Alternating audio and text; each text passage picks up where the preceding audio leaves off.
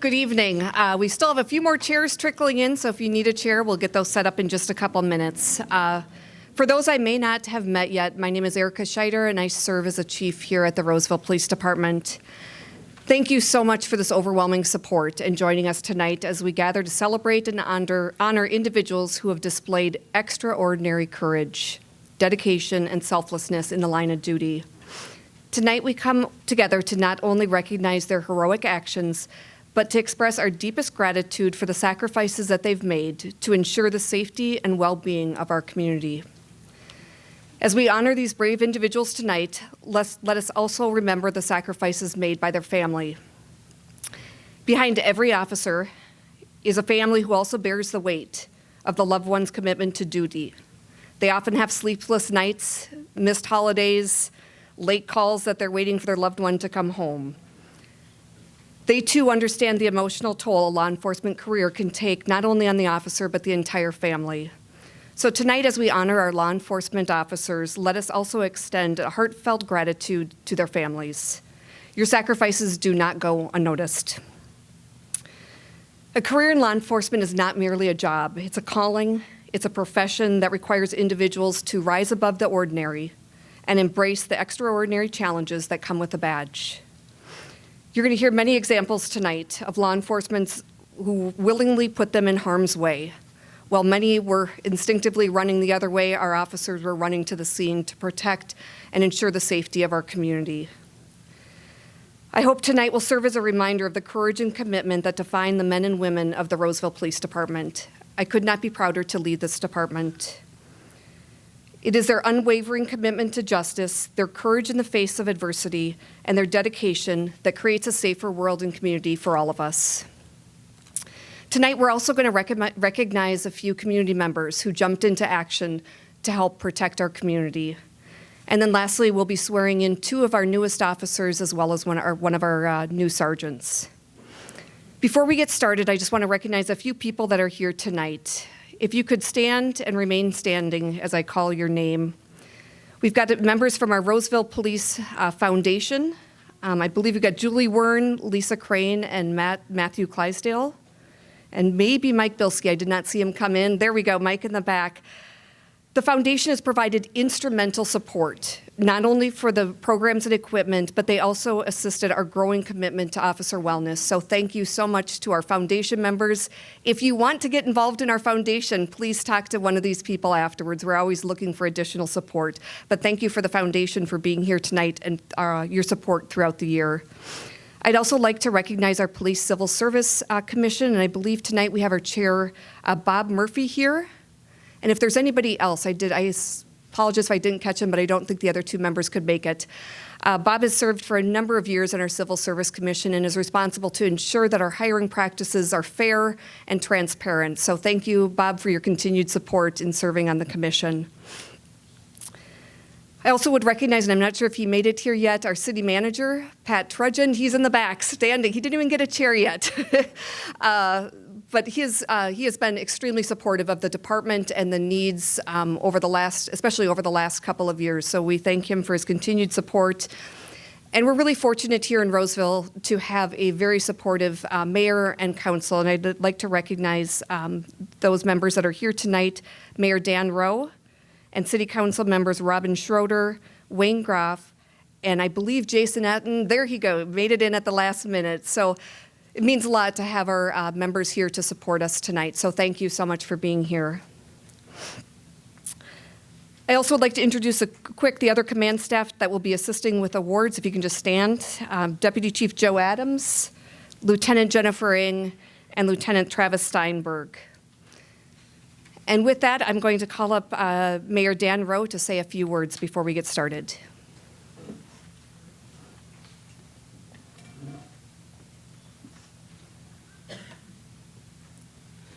Thank you, Chief. It's always a pleasure and an honor to be here in support of our law enforcement officers in Roseville and their families, as was noted. We, as the City Council, represent the people and the businesses and really the community of Roseville, and we take our responsibility very seriously, and so that's why we're here and being supportive of our law enforcement officers and families this evening. It always fills me with gratitude. I should note, actually, not only our families probably sometimes having sleepless nights, sometimes the mayor even has a sleepless night or two, but it's not, it's not because I don't think people aren't going to do a good job necessarily. It's because I'm concerned for the safety of our officers and for their well-being as they're serving in times that can be very challenging.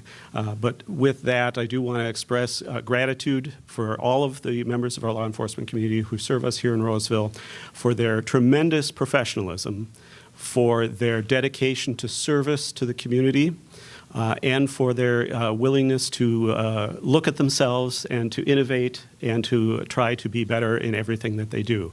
I think we, as a department in Roseville, set an example for the rest of certainly the Twin Cities area and the broader region in how we approach this important function that we have as a local government. And so we're very proud on the City Council and as residents and businesses and others in the community of the work of our Roseville Police Department. So it's a pleasure to be here, and I look forward to supporting and congratulating everybody who's going to be honored this evening.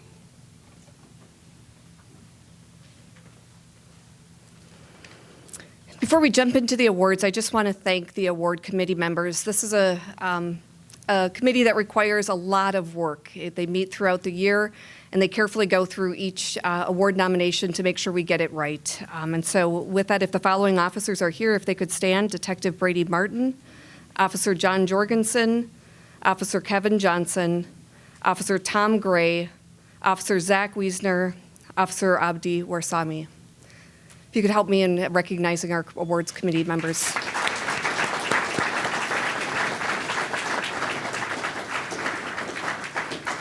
And lastly, I also want to recognize Lieutenant Travis Steinberg. He oversees the committee and did a lot of the behind-the-scenes work, and also our administrative coordinator, Kelly Roberto, who really made all of this come together so nicely. And also, lastly, Tom Pitzel, who helped set everything up today. So if you could please join me in recognizing those three as well.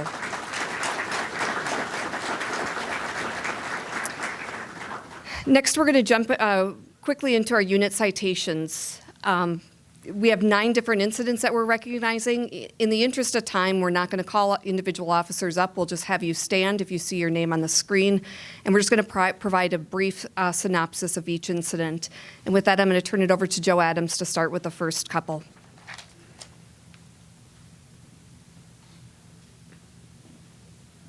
Thank you, Chief. And for any of the officers and Roseville employees that may be on this screen, please go ahead and stand up for the duration of this award to help us recognize you for the good work that you've done.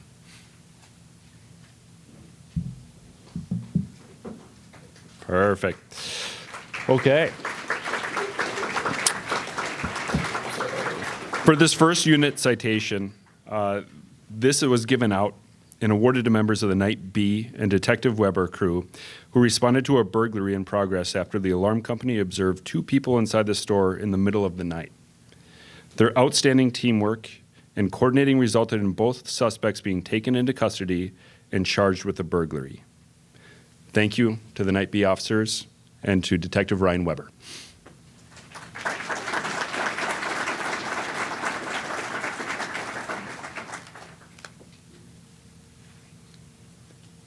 All right. So if the officers could stand that are involved in this, please. All right. For this incident, a witness called 911 about a male pacing in the parking lot of Golf Galaxy with a gun, and he appeared to be psyching himself out to commit a robbery. When they arrived, officers were unable to locate the suspect, but determined he was staying at a local hotel. Officers then located the male, who ran but was ultimately taken into custody.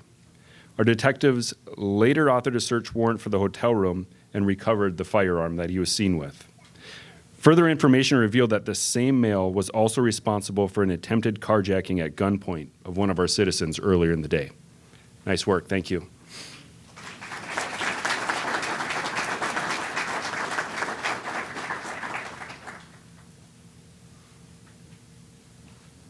Please stand if you were involved with this case.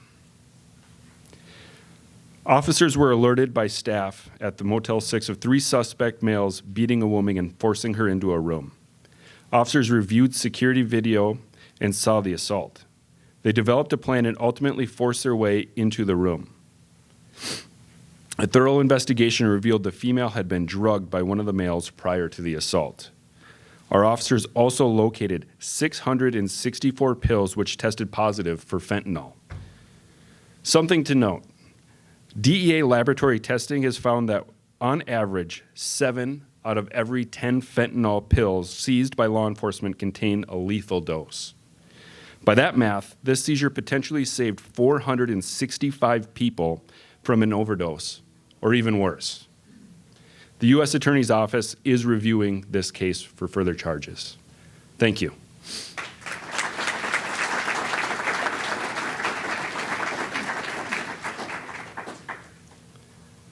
The next case, please stand if you're involved.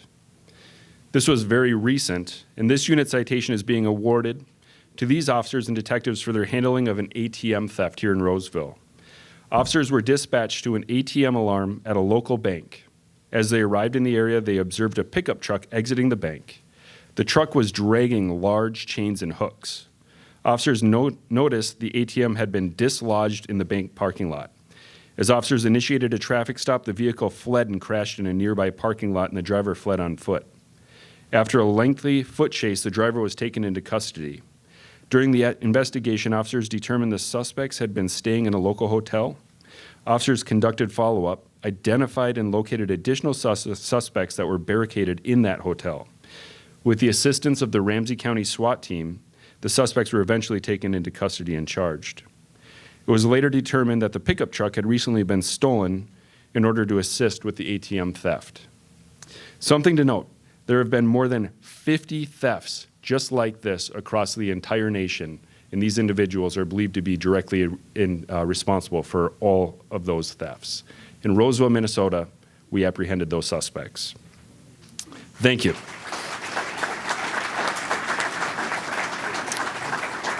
I'll be turning this over to Lieutenant Jennings to follow up on the next awards. I'm going to be presenting on this robbery unit citation, so could these officers please stand up? This unit citation is being awarded to the listed officers and detectives for their handling of an armed robbery call. When staff at a retail store attempted to confront 2 suspects about shoplifting, the suspects threatened to shoot them. They then fled and were ultimately taken into custody after a foot pursuit with officers. A gun was recovered, and the suspects were charged with aggravated robbery and are awaiting sentencing.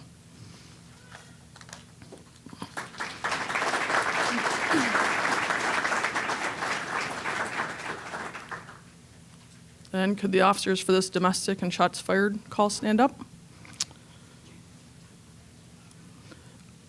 Officers responded to what was reportedly a dispute in the parking lot of Batteries Plus. Officer Olson discovered evidence that shots had been fired and alerted responding officers. Ultimately, they apprehended the armed suspect who was heavily under the influence of Xanax. This suspect admitted he was likely hallucinating, and he believed that people were following him and going to cause harm.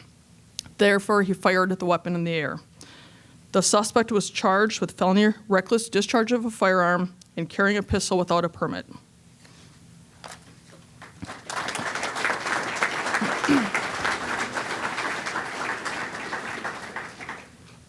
And can Detective Brady Martin please stand up? He loves this. During most of 2022, a female reported over 50 incidents of her ex-boyfriend violating an order for protection and making threats of violence against her. As a result, search warrants were executed on the male suspect's residence, and he was arrested and booked several times. In November of 2022, he was arrested, charged, and held in custody. Detective Martin began to notice red flags in the victim's reports and allegations and continued to investigate the incidents. Detective Martin wrote dozens of subpoenas and search warrants to black box texting apps that were being used to direct the threats towards the victim. After reviewing hundreds of lines of IP addresses, Detective Martin noticed one anomaly in those addresses. Another search warrant was sent to Comcast, which showed that this message had originated from the victim's address. This confirmed Detective Martin's suspicions that she had been sending the threats to herself. After more than 3 months in custody, the male was released and all charges were dismissed. As a result, the female was arrested for false imprisonment. If not for continuing the investigation, the male would have undoubtedly spent additional time in jail and perhaps been convicted of a felony-level crime that he did not commit.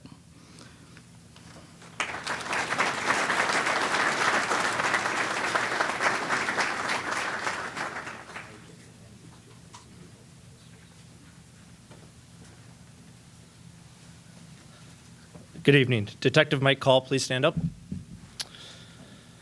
In June of 2023, Roseville officers responded to an armed robbery of a Speedway store.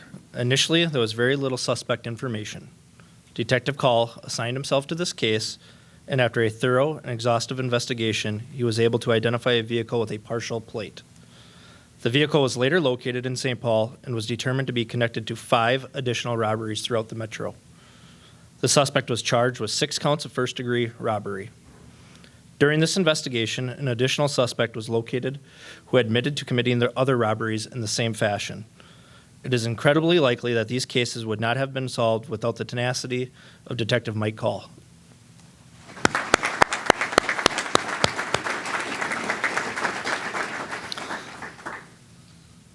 We're going to move into our Citizens Awards. Unfortunately, Suzanne is not able to be here, but I just want to read a quick highlight of this case. So, on July 25th, Suzanne called 911 to report that she could see a male suspect cutting the fence at the neighboring car dealership.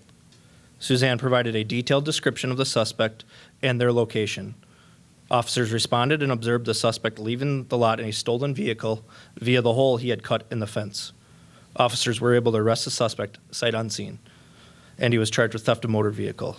Due to her willingness to get involved, a suspect who likely would not have been caught so quickly that evening was arrested. Unfortunately, Suzanne is unable to make it tonight. However, she will be provided with a certificate of honor.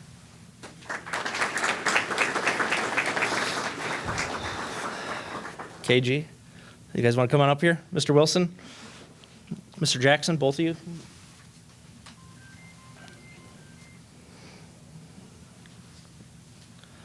Right up here. Ready? On March 3rd, Roseville officers responded to a robbery at the Harmar Mall. Original call comments stated a male had flashed a gun during the robbery and was last seen running towards a nearby bus stop. Mr. Jackson, who was the store manager, arrived on scene in the parking lot, at which time he was alerted to the robbery. Out of concern for the safety of others, all while putting their own lives in harm's way, Mr. Jackson and Mr. Wilson followed the armed suspect as he continued to flee. At one point, the suspect turned towards Mr. Jackson and Mr. Wilson and pointed the firearm at them. Mr. Jackson and Mr. Wilson were able to provide responding officers with updated information on the whereabouts of the suspect who was quickly apprehended. A firearm was recovered on the suspect, and he was charged with first-degree robbery. After speaking with Mr. Wilson, I learned this incident was personal to him. On May 17th, 2021, Mr. Wilson's 6-year-old granddaughter was shot and killed while riding in a car and eating a Happy Meal in Minneapolis. This case still remains unsolved. Mr. Wilson told me, it became personal for me when I saw the gun. For their bravery and assistance, Mr. Jackson and Mr. Wilson are being awarded a Citizen's Certificate of Honor. Thank you, guys. Thank you. I appreciate that.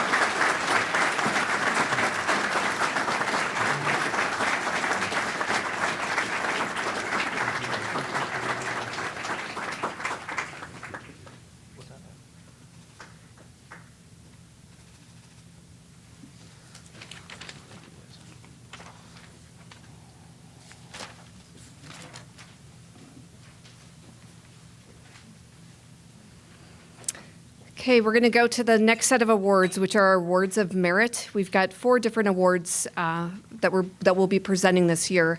For each award, we're asking the officers to come forward as we're providing a background on the case just to keep things moving. So the award of merit is awarded to any officer for outstanding performance of duty under unusual or difficult circumstances. This first award of merit, if the officers can come forward as I'm reading the quick synopsis of the incident. On May 23rd, 2023, At approximately 5:30 p.m., officers were alerted to a serious domestic assault that had just occurred near the border with Falcon Heights. Dispatch alerted the officers that the suspect was known to carry a firearm and that the victim says he'll fight and flee from police. Officer Gray and K-9 Officer Christensen responded to the area, and Officer Gray located the suspect walking near the assault. Suspect immediately began fleeing. As he was running away from Officer Gray, the suspect reached into his waistband as if to grab a firearm. He then pointed it back towards Officer Gray as if he had a gun in his hand. The suspect did this motion several times. Officer Christensen and K-9 Cal assisted as the suspect crossed over Hamlin Avenue, and he was taken into custody without further incident. Officer Gray, along with Officer Christian and K-9 Cal, were able to identify, pursue, and make an excellent split-second decision in a very dangerous situation. They ultimately took a violent offender into custody without incident. That suspect was charged with a felony violation of no contact order and has been sentenced to 18 months in prison. There's some calls that stick with you, and I will tell you this was a day where I was sticking around to attend roll call, and I can still remember the radio transmission from Officer Gray clear as day as he's chasing him, calmly saying, "I think he's pulling out a gun and I think he's pointing it at me." So again, these are the calls, the decisions that our officers have to make in literally split seconds. So congratulations to both of you for your outstanding work.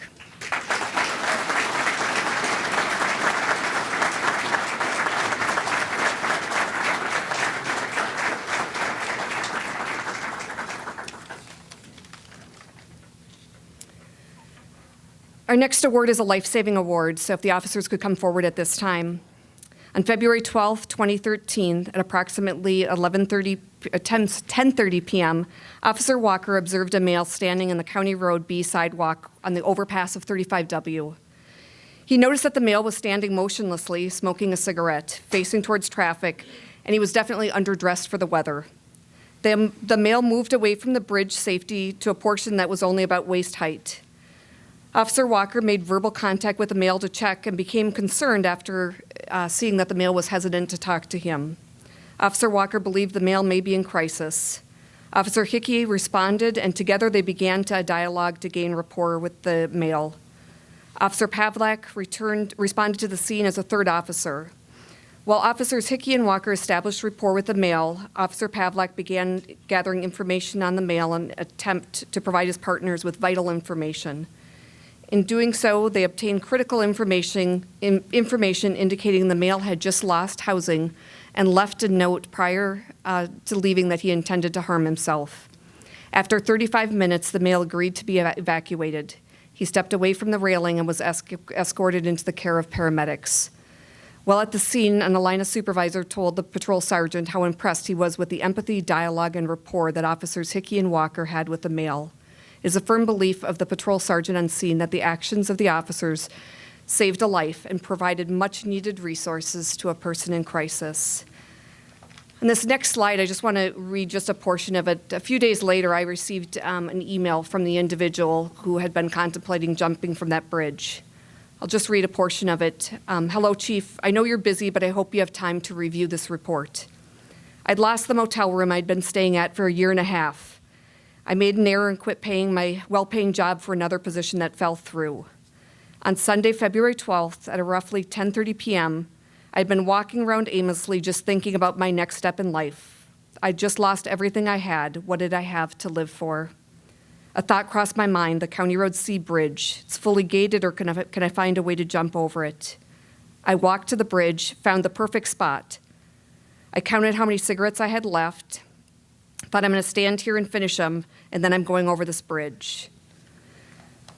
I heard a couple of cars pass by, and I started counting how many cars passed, and I hoped no one slowed down.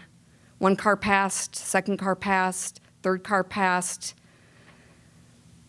Then I saw someone pass. I hear someone say, "Everything all right?" I look back and I nod, and he repeats, "Police department, are you okay?" Nod my head again. The officer drove off, and I thought, good. I thought to myself, but then he made a U-turn and headed back towards me. He stepped out of his vehicle on a chilly night without a jacket and introduced himself as Officer Walker. And the email goes on to say how grateful this individual was that our officers saved his life that night. So thank you for your work.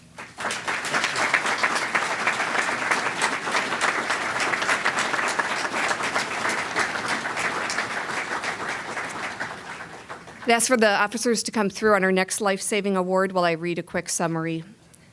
Just before midnight on February 19th, Sergeant Swanson observed a suspicious vehicle matching a vehicle that had fled from the State Patrol earlier in the evening. As he turned, he observed the license plate, and he saw that it accelerated to extreme speeds and then was out of sight in moments.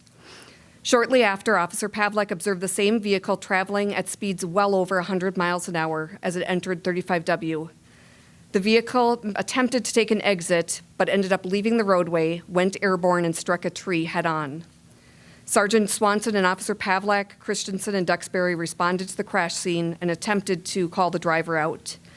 There was no response. They observed the vehicle catch on fire. Fearing that the driver was going to be trapped inside, they advanced and found the driver to be unresponsive. They worked as a team to get the driver out of the vehicle, literally seconds before the vehicle was fully engulfed in fire. They provided initial medical care until the Roseville Fire Department and paramedics took over. The officers here are being awarded the life-saving award for their immediate action to extract the driver under extraordinary and dangerous circumstances just before the vehicle was completely consumed in fire.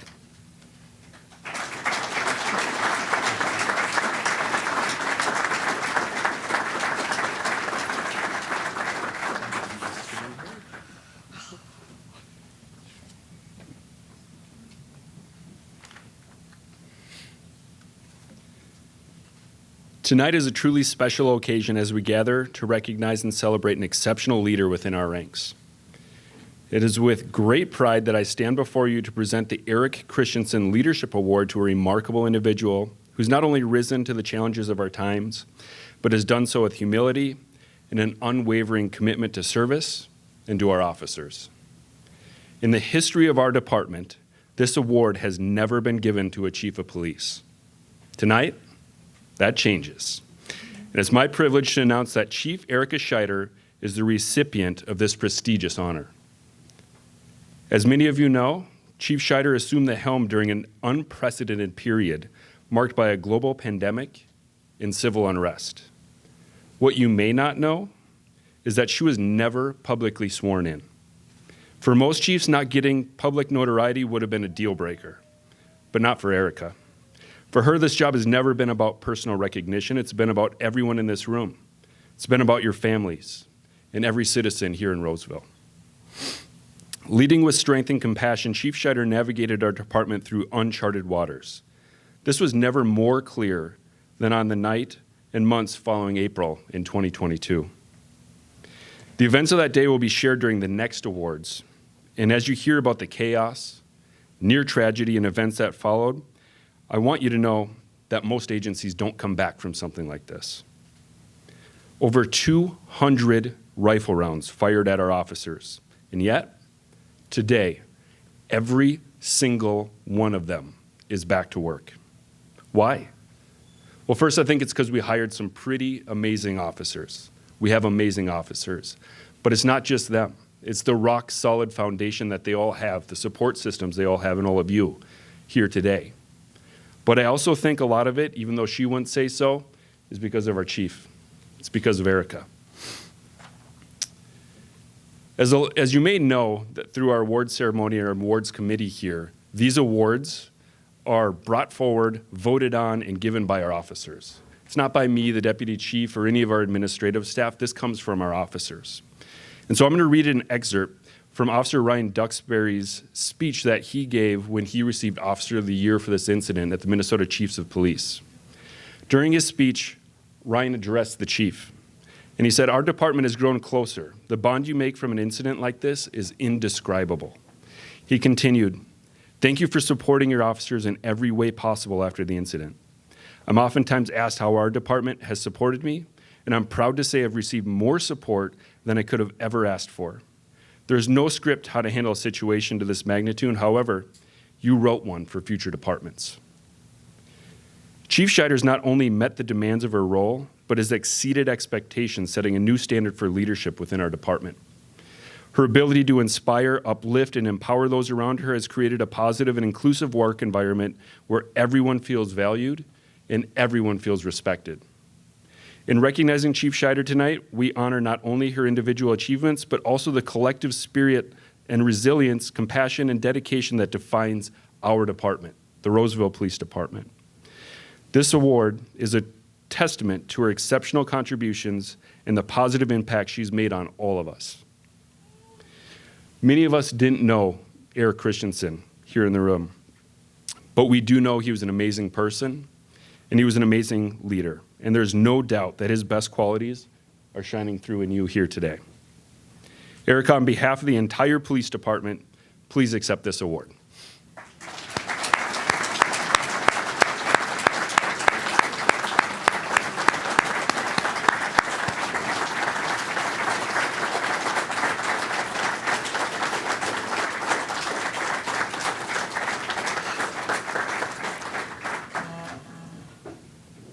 Super humbling. I'm just going to say one thing, that this award is it's not just me. We have an amazing group of men and women that serve this department. So thank you. Just one side note, Eric Christensen was my field training officer.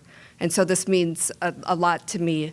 He died of cancer a few years later, but he was always a person I aspired to be like. So can't tell you how much this means. So now we're going to move on because I'm done being in the spotlight and we're going to get to some other amazing work done by our officers. This next award is good. We're going to talk a little bit about the West Owasso incident. We're going to start with, I'd first like to call up Sergeant Tom Pitzel. And while he's coming up, I will provide a summary. He is being awarded an individual citation for the critical role that he played on the night of the West Owasso active shooter. But as importantly as the role he played that night, it was the days, weeks, and months following. Life kept going on. We kept getting 911 calls. The city went on, and Tom Pitzel was a person that made sure that our city continued to operate and continued to function. He did all of this kind of behind the scenes and out of the spotlight. For his leadership and his coordination following the West Owasso incident, he is being awarded an individual citation this evening. Thank you.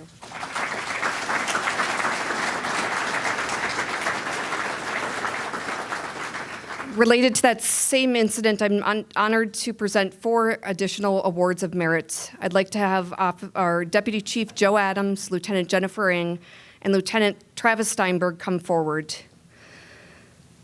All 3 are being recognized with an award of merit for their leadership following the West Owasso active shooter. It's with deep appreciation that I acknowledge the countless hours, sleepless nights, and tireless efforts that all 3 poured into following the incident. Leadership has been a beacon of strength for our entire force, instilling a confidence, courage, and a sense of unity amongst our ranks, and all 3 of these did a phenomenal job in keeping our department operating. In times of adversity, we often witness the true character of leadership positions, and I can say that Deputy Chief Adams, Lieutenant Ng, and Lieutenant Steinberg exemplified the highest standards of leadership, putting the well-being of our officers above everything else. They led us through one of the most challenging chapters of our department's history, and I could not have done it without them. Within just a few minutes of learning one of our officers had been struck, Deputy Chief Adams rushed to the scene and literally ran into the hot zone. The rest of the command staff was up at a conference in Duluth, and I should note that Deputy Chief Adams had just had a medical procedure and was supposed to be resting. Instead, he literally was in a tactical vest running. So it speaks to his commitment to our department. I also want to recognize Lieutenant Jennifer Ng and Lieutenant Steinberg for their leadership as well. All of this happened in the middle of a blizzard, and we were all up in Duluth. Thankfully, Travis used to be an EVOC, an emergency vehicle operations instructor, and he was probably the best driver to make sure that we got back to the metro quickly but yet safely. Their leadership and coordination helped ensure we had the necessary resources and support following the incident.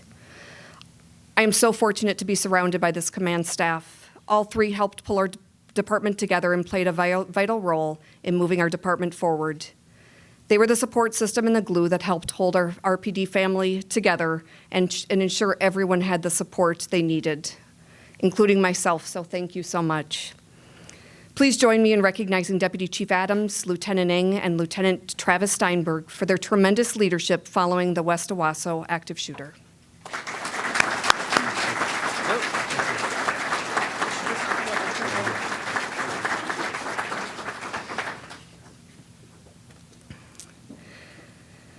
I next would like to call up and recognize Officer Kevin Johnson, who's being awarded a Award of Merit. We're recognizing Kevin Johnson for being a pillar of support following the West Owasso incident. He stepped forward and was selected to serve as a family liaison to Officer Duxbury's family. As a family liaison, Officer Kevin Johnson assumed a role that goes beyond duty, becoming a source of strength, comfort, and guidance for those who need it most. In the days following the shooting, Officer Johnson was often up before dawn, going to pick up the family and get them to the hospital, and then he worked late into the night to help support the family and our officer. All of this happened in the middle of COVID when we could only have one visitor at the hospital, so Kevin was trying to manage all of the people that were trying to sneak and find their way in to just say a quick hi, including myself. He did tell me, no, you can't come. I would later joke with Officer Johnson that he made it into my favorites in my cell phone. I think we talked, I can't even remember how many times a day. It even got to the point, if he called, no matter who I was talking to, I'm like, I gotta talk to KJ, it's important. In the aftermath of such a horrific event, the importance of a family liaison cannot be overstated. He not only facilitated communication between the family, but he provided a steady presence, offering reassurance and support. All of this since we couldn't be at the hospital to support Officer Ryan Duxbury or his family. We're recognizing Officer Johnson's selfless service as a family liaison. His dedication in those days and weeks following the shooting not only eased the burden on on Officer Duxbury's family, but he kept us all in the loop as far as what was going on and the needs of the family. Thank you.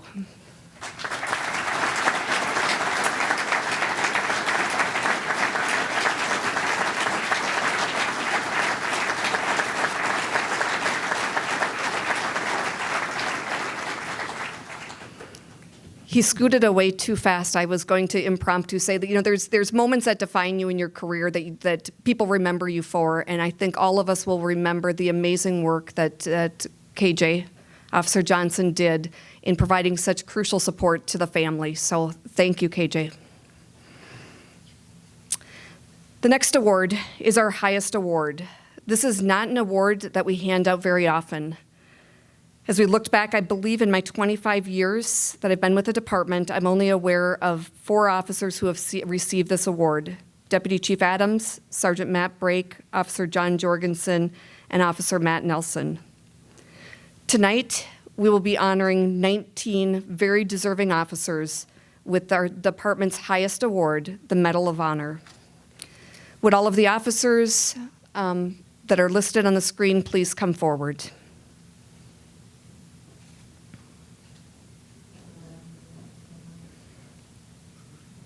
While they're coming forward, I'm just going to read all of their names: Sergeant Sean Johnson, Sergeant Mike Holtmeyer, Sergeant Kyle Eckert, Detective Brady Martin, Officer John Jorgensen, Officer Tom Gray, Officer Brian Anderson, Officer Sean Mooney, Officer Boa Chang, Officer Mitch Christensen, Officer Zach Wiesner, Officer Christine Marston, Officer Javi Vang, Officer Mitchell Dickens, Officer Thomas Hickey, Officer Ryan Duxbury, Officer Isaiah Walker, Officer Denny Cooks, and Officer Ashley Sparks.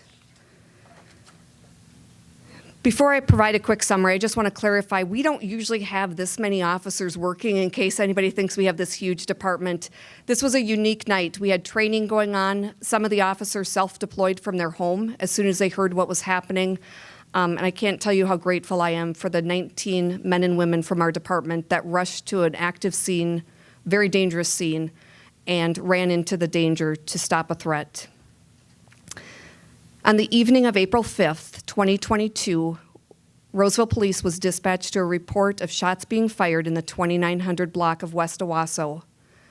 A lot of times cases of shots fired turn out to be something else, but that night it was shots being fired. Victims were quickly reporting that their house was being shot out. They had bullets literally coming through their doors, through their windows, and they were hiding in their homes. Within minutes of arriving on the scene, officers were confronted with an active shooter who was intent on not only terrorizing a neighborhood, but targeting officers. When officers arrived, they immediately began literally hearing and feeling bullets flying past them. Officer Gray quickly but calmly got on the radio and said, "He's shooting, I think at us." As officers worked to get behind cover and locate the shooter, Officer Ryan Duxbury was struck in the head. The .22 caliber hollow point slug entered his right side of his face, pierced his nose, and ended up in the back of his neck. Officers would spend the next 16 harrowing minutes working to get Officer Duxbury to safety and out of the hot zone, all while the shooter repeatedly fired on him. With Officer Isaiah Walker and Officer Brian Anderson providing cover, Sergeant Johnson helped Officer Duxbury crawl away from where the shots were coming from. At one point, they had to scale a 6-foot fence. After a grueling escape from the hot zone, they finally reached a fire truck, and for a moment they thought they were safe. Just as they were removing Officer Duxbury's duty belt and his vest to assess his injuries, Sergeant Kyle Eckert ran out of the darkness and warned that they were once again being fired upon. With their own bodies, officers surrounded and shielded Officer Duxbury until the shots momentarily stopped. Due to the gunfire, the ambulance crew couldn't reach him. Finally, a state trooper arrived, and Officer Duxbury was loaded into the back seat and raced to the hospital. Back at the scene, officers continued to search for the shooter, who was constantly on the move, and it was a really dreary and dark night, so it was very difficult to figure out where the shots are coming from, as well as a really wooded area that was difficult to navigate. Officer Boa Chang, who had witnessed his partner go down, knew he had to act. He ran into a wooded area and began to slowly close in from where the shots were coming from. At 8:30 p.m., 1 hour later, and after 200 shots had been fired at our officers, Officer Boa Chang caught sight of the suspect. Once he had a safe backdrop, he fired 2 rounds. Despite first aid efforts by officers, the suspect passed away on the way to the hospital. Last April, I was honored to be present when Roseville officers were awarded the highest and most prestigious statewide award from the Minnesota Chiefs of Police. Officer Ryan Duxbury was named Police Officer of the Year, and 17 officers were awarded Medals of Honor. Officer Duxbury and Boa Chang were also honored by the Minnesota Police and Peace Officers Association for their heroic action. Tonight, it is my honor and privilege to honor these 19 Roseville officers with our highest award, the Medal of Honor. On that cold and rainy evening in April of 2022, that none of us will ever forget, Roseville officers faced a situation that most of us can only imagine in our worst nightmares. It was an active shooter threatening the lives not only of innocent people, but of our officers. In the face of unimaginable danger, they demonstrated exceptional bravery and resilience that is a testament to their commitment to protecting and serving the community. The heroic actions of our officers not only saved Officer Duxbury and so many other lives, but it upheld the values that our law enforcement community stands for: courage, honor, and a steadfast commitment to protect our citizens. In the face of danger, officers stood tall and embodied the principles of courage, integrity, and duty that really define what the law enforcement profession is all about. Their bravery that night reminds us of all the incredible sacrifices made by our law enforcement officers each day. It is now my honor and privilege to honor our officers with the Medal of Honor for their extraordinary courage and commitment to protecting and serving our community on that dreadful night.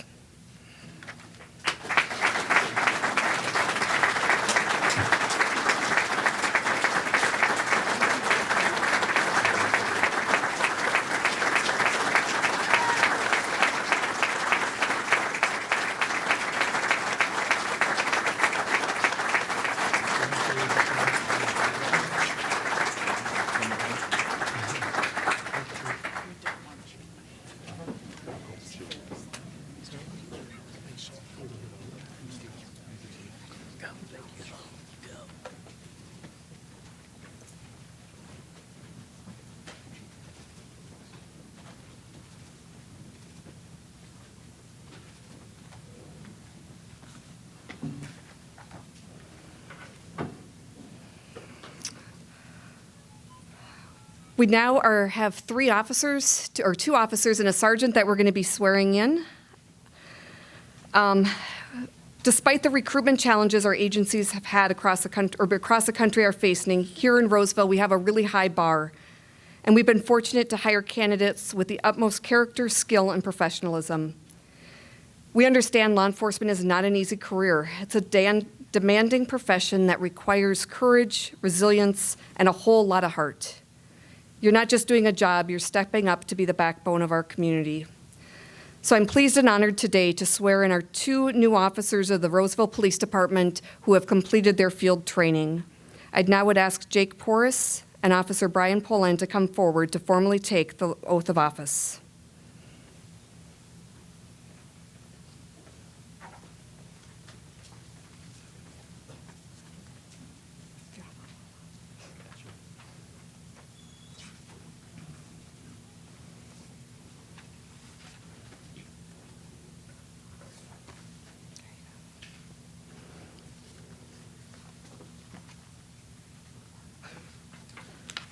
I gave away my script. That's not good. Okay, I got it. If you could raise your right hand and repeat after me. I do solemnly swear that I will support the Constitution of the United States and the Constitution of the State of Minnesota, and that I will faithfully discharge the duties of police officer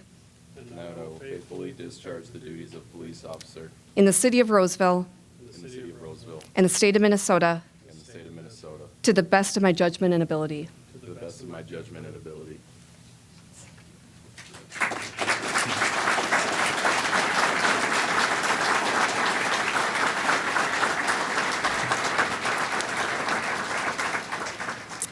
I'm going to start with Officer Jake Porras. No, you have to stay up here. You can't leave. And I believe your father will be pinning on the badge, so while I'm reading his bio, if you want to get ready, we will do the pinning. Got it? Just a little bit about Officer Jake Porras. Jake grew up in Eagan and went to high school at Eastview High. While in high school, he played soccer and tennis and was in numerous different clubs. After high school, he attended college at the University of Minnesota Twin Cities, where he majored in sociology of law, criminology, and deviance. He comes from a family of law enforcement, with his mom being a former FBI agent and his dad being a former Minneapolis cop. He appreciates their support of his career and credits their hard work as the reason he chose to go into this profession.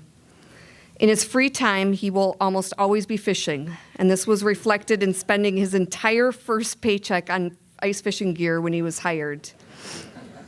He's excited to work with a great crew and appreciative to all those who took the time to train him to become a patrol officer.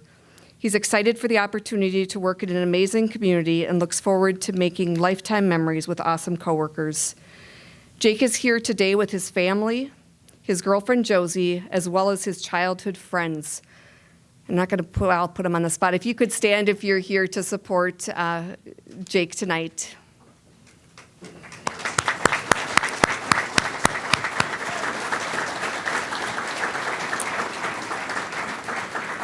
And Jake's dad, Francisco, will be pinning on the badge.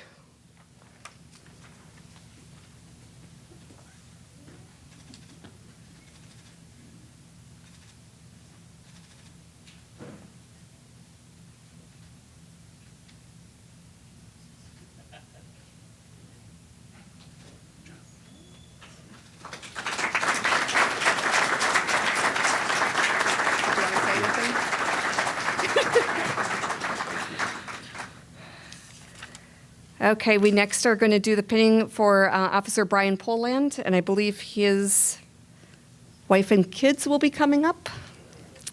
Okay, well, you're coming up. I'm just going to start and introduce everyone to Brian. Brian grew up in Cottage Grove and later moved to Seattle, where he lived for 10 years. He started his career as a police officer in Washington and spent 4 years there. Brian met his wife, Sophie, I gotta read this right. Brian met his wife, Sophie, while he was her strikingly handsome CrossFit coach at a gym in Seattle. I didn't write that. I just want to clarify that. He lured her with his cute three-legged dog, and they got married in 2018.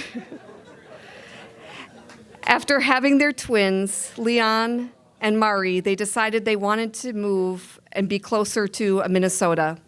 Kudos to his daughter for being brave, Sophie for being brave enough to move to Minnesota in the beginning of January, having never stepped foot inside Minnesota. They're glad to be living in Stillwater now and enjoy spending their time raising their children, so much that they decided to add another child that'll be due in May of this year. Congratulations.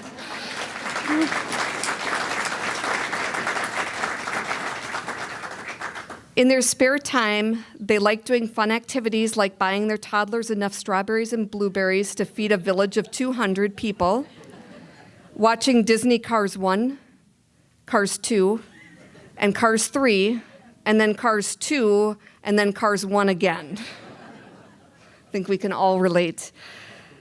Their other favorite pastime is painting their fingernails blue so that they can go in the living room and pick off the nail polish onto the carpet. Brian says they're happy to be part of the Roseville PD and to bring some outside experience from a different state. And the three of them will be pinning on his badge.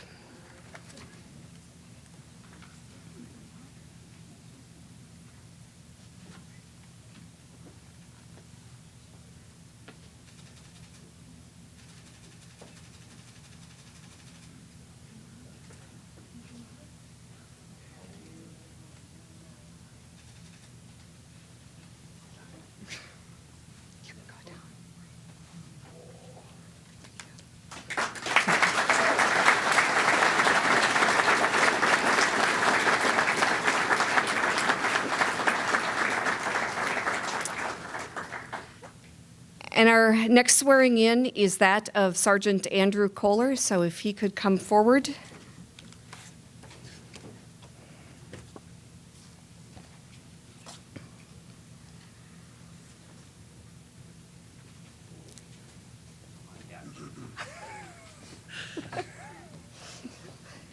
going to raise your right hand and repeat after me. I, Andrew Kohler, do solemnly swear do solemnly swear that I will support the Constitution of the United States that I will support the Constitution of the United States and the Constitution of the State of Minnesota, and the Constitution of the State of Minnesota, and that I will faithfully discharge the duties of police sergeant and that I will faithfully discharge the duties of police sergeant in the city of Roseville in the city of Roseville and the state of Minnesota and the state of Minnesota to the best of my judgment and ability. to the best of my judgment and ability.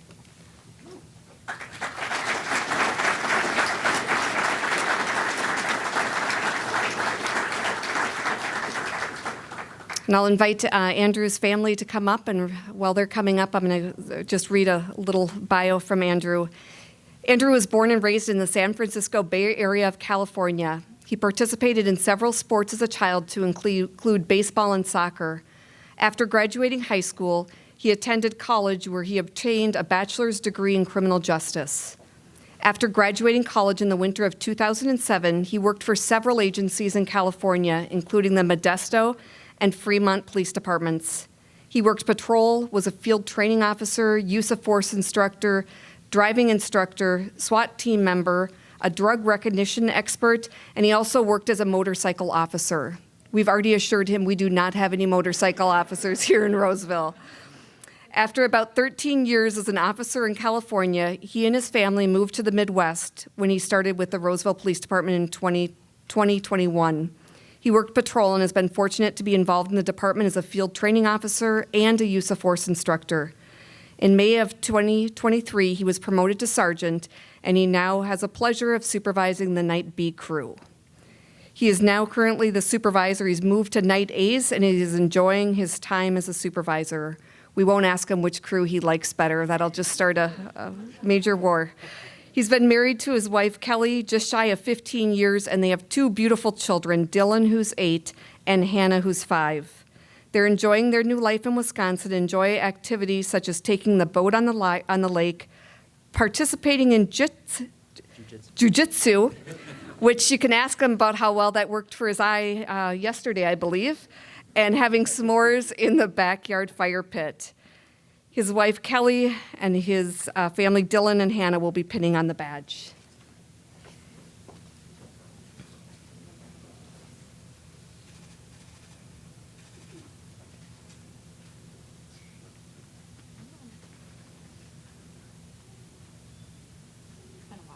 It's okay.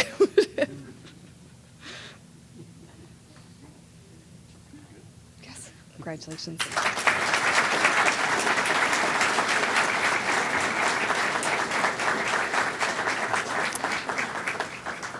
I now am going to turn it over to Deputy Chief Joe Adams for our last swearing in. Probably the best one. Okay, hold on. Here we go. Andrew, she didn't mean that.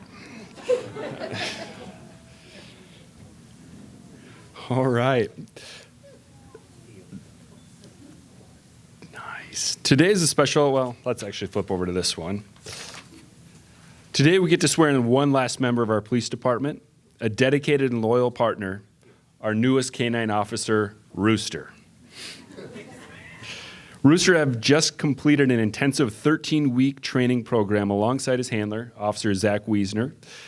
Not only brings skills and abilities from the training, but also carries the strong bond of trust and companionship that has grown between them.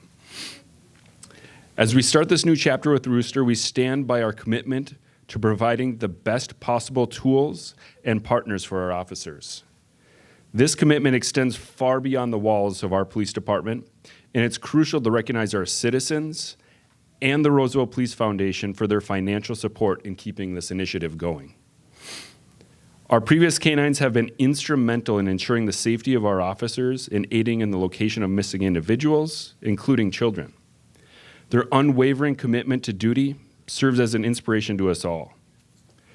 This dedication was on full display in 2010 when our canine Major was stabbed multiple times in the line of duty while protecting his partners.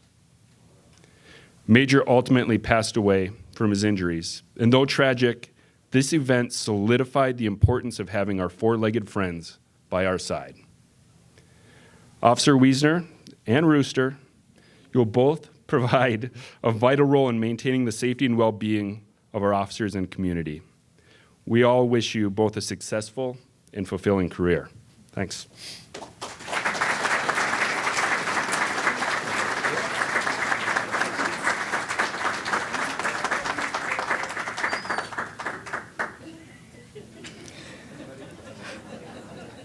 See, I knew it was going to be cute and adorable. Everyone loves a dog.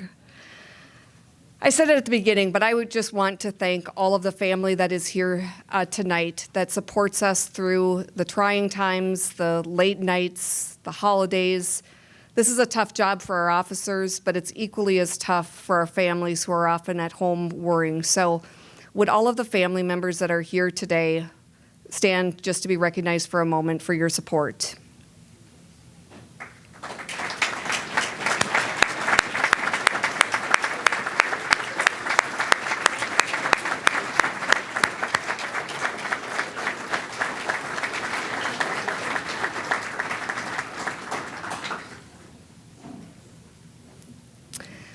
I just want to note that before this, my command staff said there's no way that we can get this done anywhere close to an hour, and we are at 1 hour and 1 minute, and we started about a minute late, so I'm actually under. I'm taking it as a win.